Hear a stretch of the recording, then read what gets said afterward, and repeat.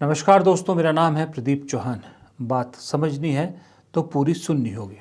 एक भोजपुरी गायक हैं, भोजपुरी एक्टर हैं पवन सिंह, जो अपनी अश्लील हरकतों के लिए बहुत बदनाम है।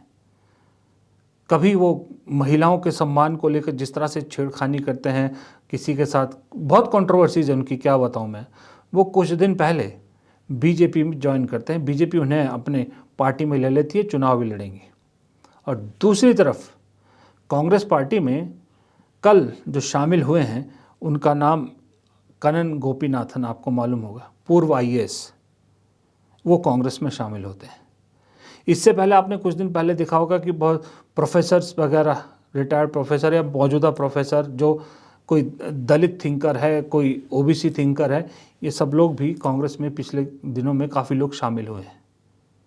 तो जो प्रोग्रेसिव सोच वाले हैं, जो पढ़े लिखे हैं, वो सब कांग्रेस का दामन थाम रहे हैं।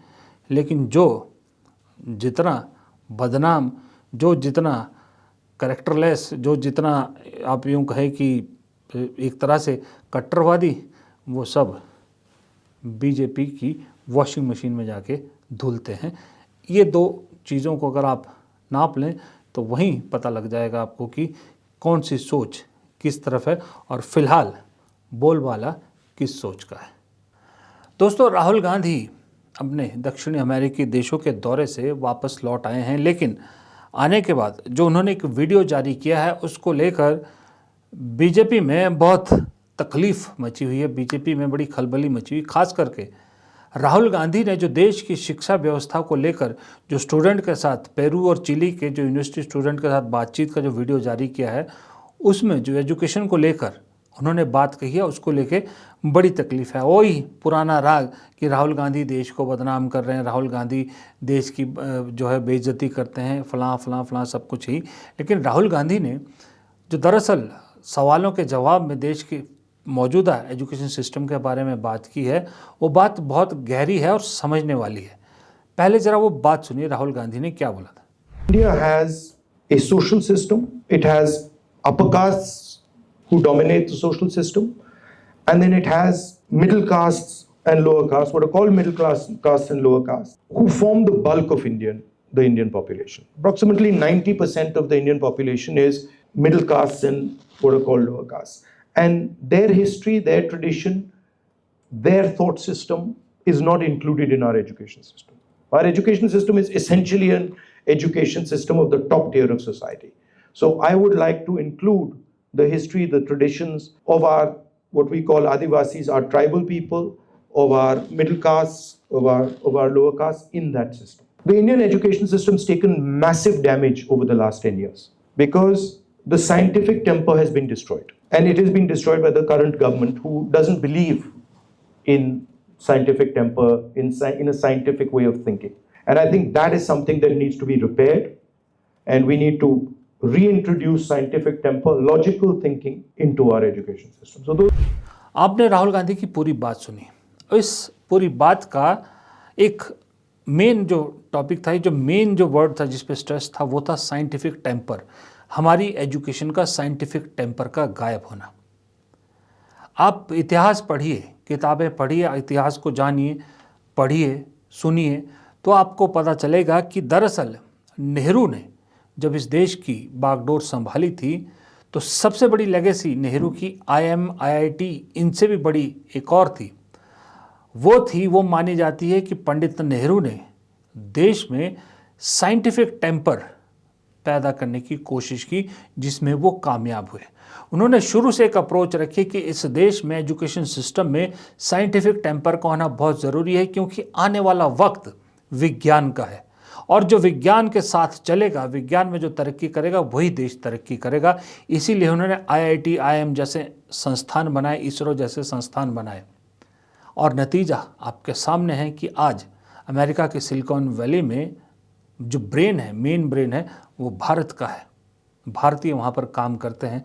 अगर सोचिए नेहरू ने उस वक्त आज का जो टेम्पर है वो अपनाया होता तो क्या होता। आज की सरकार ने पिछले 10 साल में नेहरू के उस साइंटिफिक टेम्पर को छोड़कर रिलीजियस टेम्पर, जिसको कहा जाता है धार्मिक टेम्पर, अपना लिया है। सोचिए, अगर नेहरू के लिए बहुत आसान था उस वक्त रिलीजियस टेम्पर अपनाना, वो उसी वक्त अगर कह देते कि भाई मैं हिंदुओं का नेता हूँ, ये देश हिंदुओं का है, तो उनसे बड़ा हिंदू हृदय सम्राट कौन होता। उस वक्त तो मुसलमान की आबादी बहुत कम थी, उनके लिए तो बड़ा आसान था। लेकिन उन्होंने उस रिलीजियस जो टेम्पर है उसको छोड़कर साइंटिफिक टेम्पर को अपनाया, कि वो जानते थे कि देश के भविष्य के लिए उन्हें काम करना है, इसीलिए उनके पास लोगों ने कमान सौंपी है।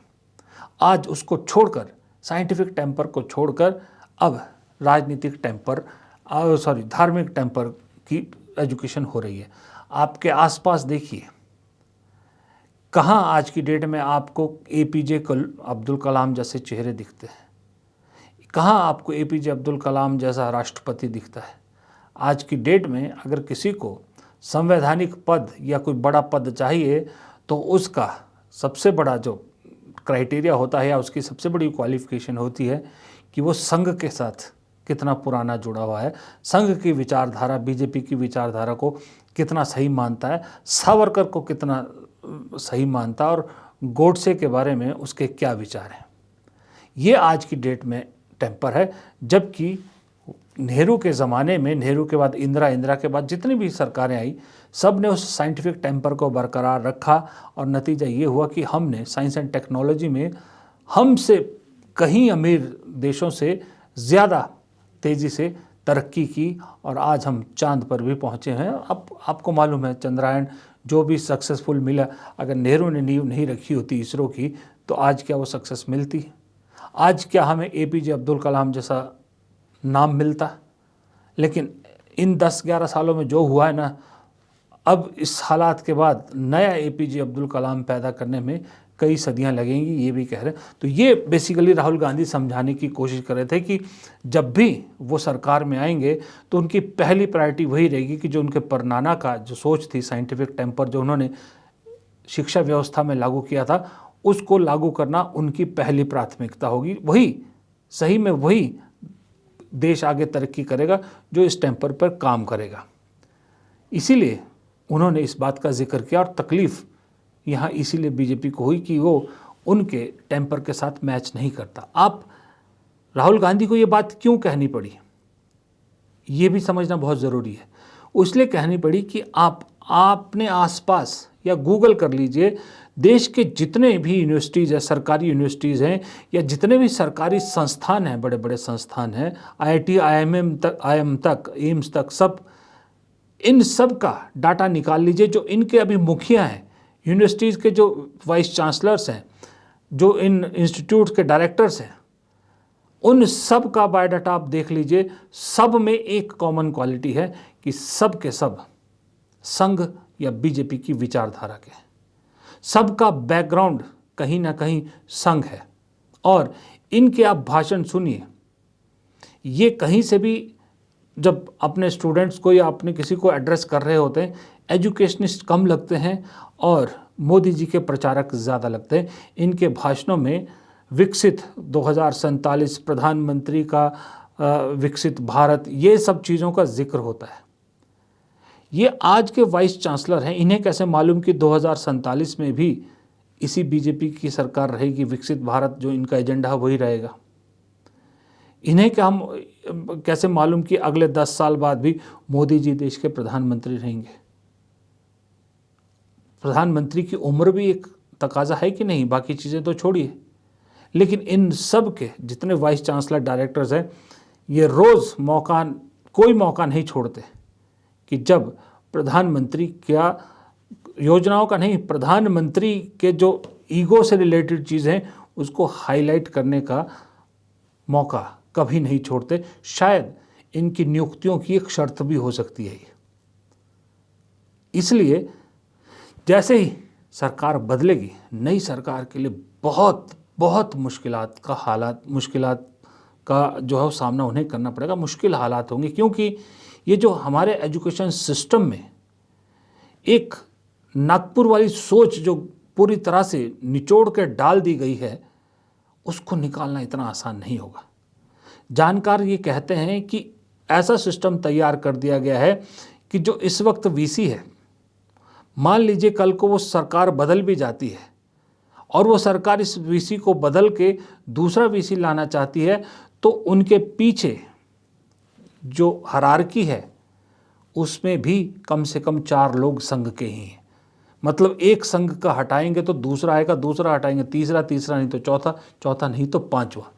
इस तरह की एक पूरा हायरार्की सिस्टम हर एजुकेशनल इंस्टीट्यूट में बना दिया गया है। तो इसलिए मैंने कहा चाहे वो राहुल गांधी की सरकार हो या किसी और की भी सरकार हो, बहुत मुश्किल है ये हमारे एजुकेशन सिस्टम में जो धार्मिक टेम्पर डाल दिया गया है, जो एक रिलीजियस सोच डाल दी गई है उसको।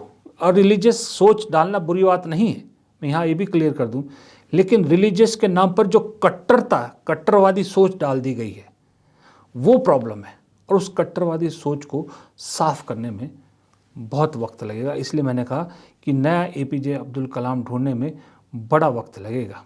और यही बात प्रियंका गांधी भी जब कहती हैं कि सरकार की सोच ऐसी है कि ये निशाना बना के एक जो भी विपक्ष की सरकार है उन्हें जानबूझ के निशाना बनाया जाता है, जानबूझ के उन्हें तंग किया जाता है, ताकि उनके यहाँ भी अगर कुछ भी थोड़ा सा स्कोप बचा है, नॉन बीजेपी नॉन संघ के लोग अभी भी कहीं फिट करने की जगह बचती है, तो क्यों ना सरकार को हटाकर अपनी सरकार लाई जाए और वहाँ भी अपने लोग फिट किए जाएं। आपने खुद देखा, सुक्खू जी अभी अभी मुख्यमंत्री बने थे, उसके बाद इतनी बारिश हुई, खूब भूस्खलन हुआ, इतनी तबाही हुई हिमाचल में, लेकिन केंद्र की तरफ से कोई मदद नहीं आई। आप सबने ये महसूस किया होगा कि यहाँ हमारे परिवार पे परिवार उजड़ रहे हैं, घर बह गए हैं, पाठशालाएं बह गई हैं, तबाही मच गई है, लेकिन केंद्र की तरफ से हमें मदद नहीं मिली। सुक्खू जी मांगते रहे मदद, आज तक जो मदद सुक्खू जी की सरकार ने मांगी है वो केंद्र सरकार ने दी नहीं है। किस लिए? क्योंकि इनकी राजनीति सिर्फ और सिर्फ चुनाव जीतने के लिए, अपनी सत्ता के लिए रहती है। जहां देखते हैं कि हमारी सरकार है, कांग्रेस पार्टी की सरकार है, वहां जो जनता की जरूरतें हैं उनको नकारा जाता है। तो ये गलत तरह की राजनीति है। बार बार हर मंच पर मैं कहती हूँ, जनता पर निर्भर है, आप सब पर निर्भर है, हमारे यहाँ जो कार्यकर्तागण हैं उन पर निर्भर है कि हम, और हमारे नेताओं पर निर्भर है कि हम सही तरह की राजनीति, सही तरह की विचारधारा देश की एकता के लिए, देश को आगे बढ़ाने के लिए हम निभाएं। नमस्कार।